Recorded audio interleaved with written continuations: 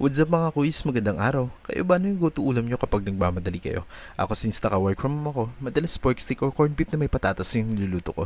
Kaya ngayon sa bahay nyo ako, gagawa tayo ng pork stick. Alam kong kaya mo rin to kaya subukan mo na rin. Siyempre sa umpisa, i-prepare muna natin yung mga sangkap na kakailanganin natin. Then timplahan natin ng baboy, lagyan ng toyo, kalamansi at paminta. Simple lang, parang sinasabi ng tiyan mo, Kuis, bilisan mo na, gutom na kasi ako eh. Charot. Pero if di ka nagmamadali, mas maganda marinate mo yung baboy ng 1 to 2 hours para manot yung lasa ng mga rekado na nilagay mo.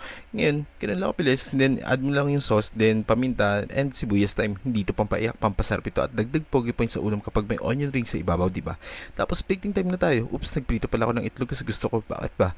Then i-boost natin yung sauce, parang slow mo sa pelikula and toppings with some fried garlic, then boom, ayun, meron ka ng pork stick. Eh kung bumili ka na ng ulam, di ba, sa karinderya, eh di mas maga ka natapos, di ba?